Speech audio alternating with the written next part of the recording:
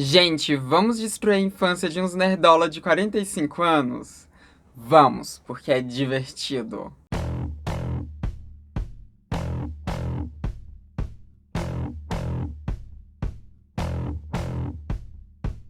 Oi, gente, tudo bom? Então, hoje a gente vai aqui falar sobre mudanças de personagens de desenho que acabam aí deixando nerdolas irritados.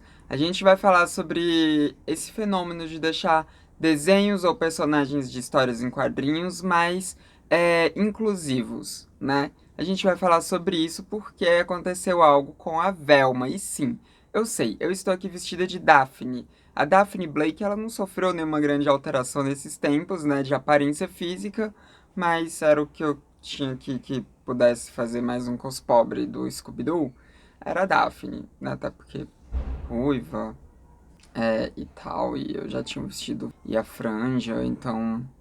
Enfim, não sei por que eu tô me explicando, fiz um cospobre de Daphne Blake, é isso. A gente não vai falar da Daphne Blake, mas eu fiz um cospobre de Daphne Blake. Porque quem a gente vai falar aqui mais vai ser da Velma, a Velma do Scooby-Doo. Por que que acontece, né? Desde que Scooby-Doo foi criado, lá nos anos 60, existem umas especulações de que a Velma fosse sapata, né? Desde aquela época o povo já ficava meio, será que a Velma é sapata? E, né, as sapatas, o povo LGBT animado, sempre viu ali na Velma uma representação sapata. Então isso sempre foi algo ali especulado. Em algumas mídias do Scooby-Doo, até isso chegou a, sabe, quase ser explorado. Chegou a ficar ali uma coisinha pros fãs, né? Eu lembro muito que naquele Scooby-Doo Máquina do Mistério, eu acho que era esse o nome, que foi um mais... Nossa, não foi mais recente, né? De 2010, mais ou menos. Tem uns 10 anos. Não foi recente. Mas nesse Scooby-Doo, que era uma série onde eles tinham que resolver um mistério principal lá na série, né? Tipo, que eles iam atrás de uns pedaços de uma pizza, que parecia uma pizza, mas era um artefato lá que invocava o mal, enfim, né? Nessa série tinha uma personagem que parecia que era apaixonada pela Velma, que era a cachorro-quente, esse era o nome da menina. E parecia que ela era apaixonada pela Velma e às vezes parecia que a Velma correspondia um pouco. Então ali já tinha uma coisinha, né? E antes disso, em outros momentos, a Velma já tinha também feito alguns comentários, assim, em outras séries do Scooby-Doo, que fazia as pessoas é, pensarem que talvez ela fosse sapata mesmo. Sabe? Aquele queerbaitingzinho, aquela migalhazinha, assim, pro povo animado ficar especulando. Isso rolava. Mas acontece que agora, né, nesse ano de 2022, a gente teve duas produções da Velma sendo anunciadas. Uma delas, que não é da Velma, na verdade, é uma produção de Scooby-Doo, que vai ser um filme, pelo que eu entendi, né, de Scooby-Doo, com toda a turminha e tal, né, e enfim, vão ter que resolver um mistério, como sempre, porque desde os anos 60 é só isso que eles fazem, resolver mistérios, e eu acho mó legal, tá? Eu sei que parece que eu tô hateando aqui, mas eu amo Scooby-Doo. Mas aí vai ter ali algum mistério pra eles resolverem e mostrou que vai ter uma personagem junto ali deles que vai ser alguém por quem a Velma vai se apaixonar. Isso ficou muito claro por mostrar como a Velma agia ao ver essa personagem nos materiais que foram soltados, né? Tipo, a Velma ficando vermelha ao ver essa personagem e elogiando a aparência da personagem, sabe? Com todos aqueles trejeitos de desenho animado de quando um desenho animado se apaixona, né? Inclusive tem um momento em que essa outra personagem encosta na Velma que a Velma fica toda boba, toda derretida, assim.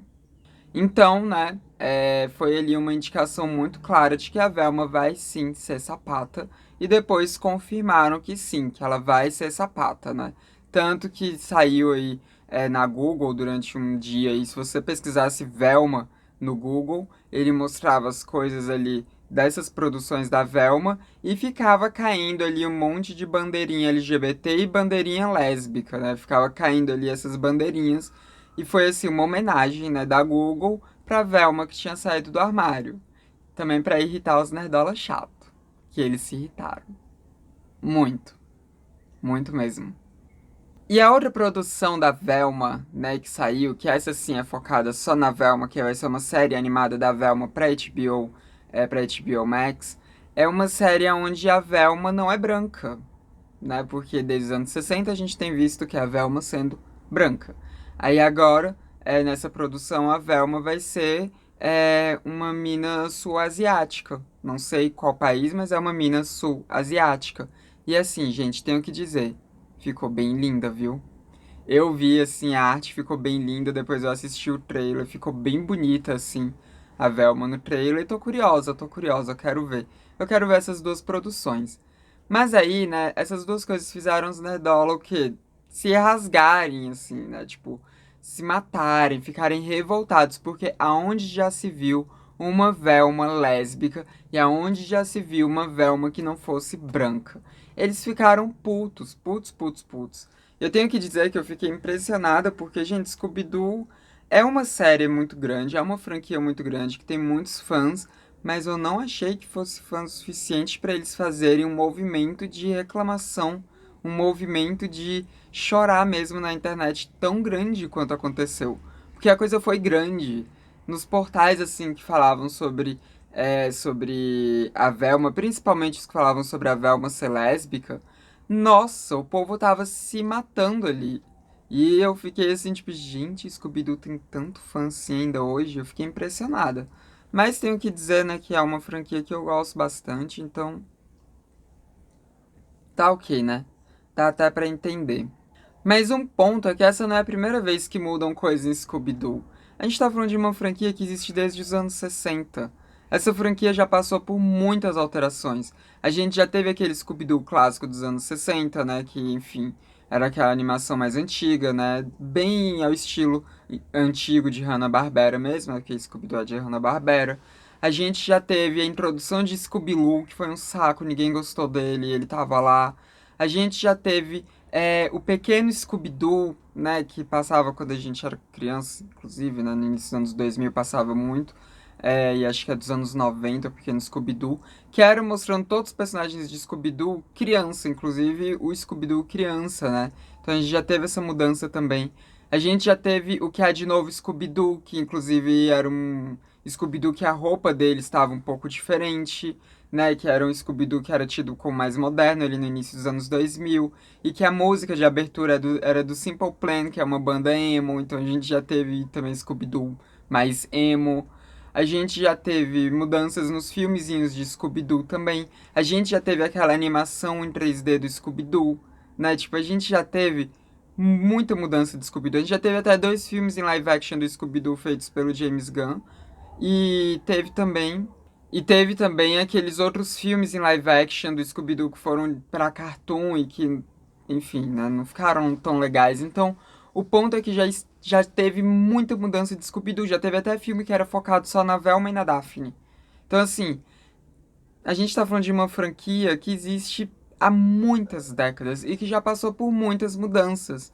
E nunca tiveram mudanças que, sabe, fizeram tantas pessoas reclamarem de tantas coisas. A gente já teve até uma Daphne que era burra, né? Que foi uma Daphne que saiu numa animação aí que era, sei lá, uma animação que acho que tem uns 5 anos que saiu, não vou lembrar o nome da animação. Que a Daphne, ela era louca, ela era completamente pirada, era meio burra, sabe? E eu gostei daquela animação, inclusive, né? Mas que a Daphne, ela era, sabe, pra ser aquela personagem esquisita, assim. Então a gente já teve muita mudança ao longo do Scooby-Doo. Muita mesmo. E aí eu fiquei, né, tipo, não foi uma surpresa, mas eu fiquei assim pensando, caralho, essa franquia já passou por tanta mudança e o que irritou o povo foi só a Velma ser lésbica. Algo que já tinha tido umas pequenas pistas em alguns momentos e que era algo que o povo já especulava há tanto tempo. Foi isso que deixou o povo puto. E depois ter mudado a cor da Velma, tipo, pra, né, alguém da sul, dali do sul da Ásia, né? Tipo, gente, já teve tanta mudança nessa franquia. Eles já foram literalmente crianças ali na franquia e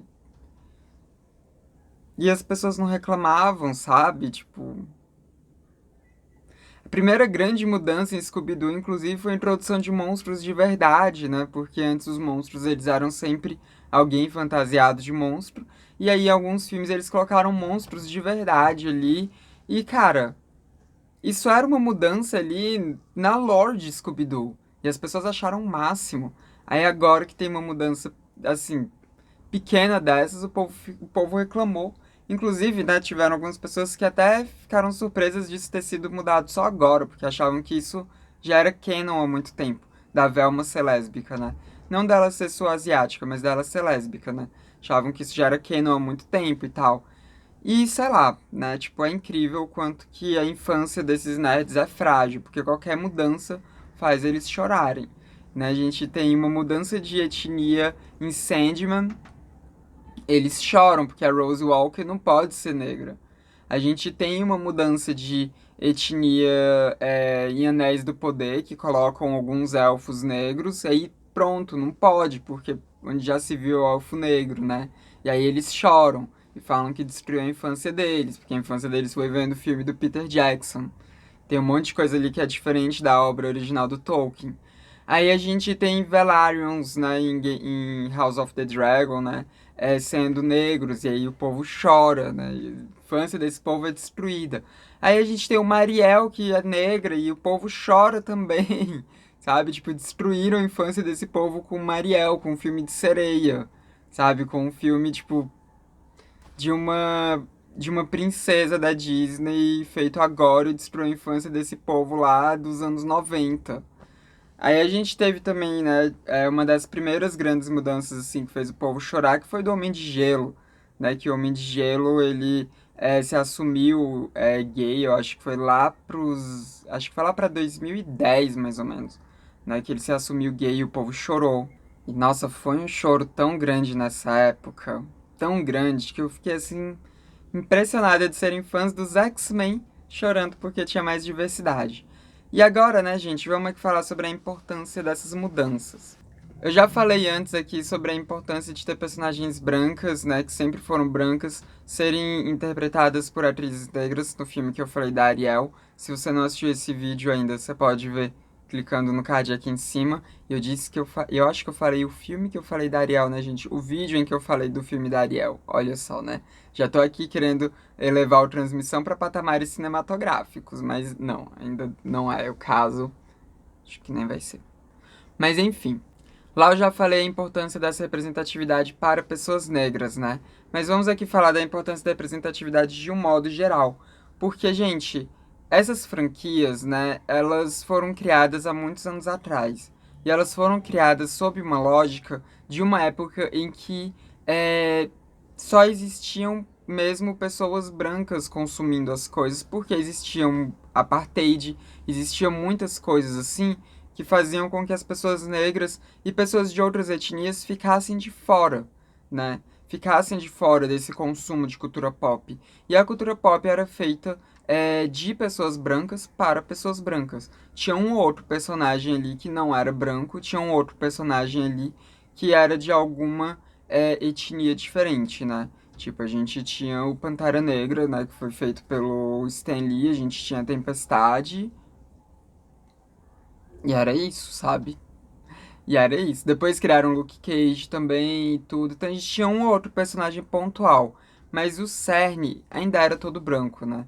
E olha que eu falei só da Marvel aqui, mas em tudo. Scooby-Doo mesmo, né? Tipo, todo mundo branco em Scooby-Doo. Todo mundo branco em Scooby-Doo. De vez em quando aparecia alguma personagem que fosse negra, mas no todo eram todos brancos em Scooby-Doo.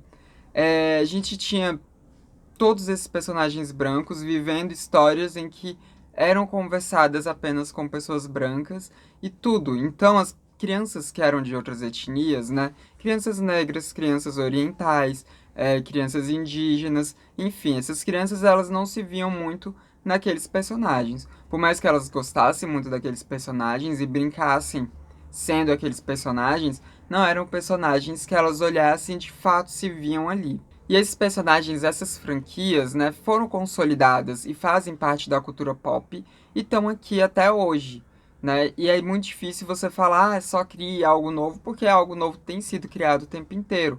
Novos heróis têm sido criados o tempo inteiro, novos personagens têm sido criados o tempo inteiro, mas os clássicos continuam fazendo uma parte muito grande da cultura pop, né? E se eles estão fazendo uma parte muito grande, se eles estão desempenhando um papel muito grande na cultura pop, então essas pessoas, elas ainda estão ali não sendo representadas no todo, elas continuam não sendo representadas no imaginário da cultura pop.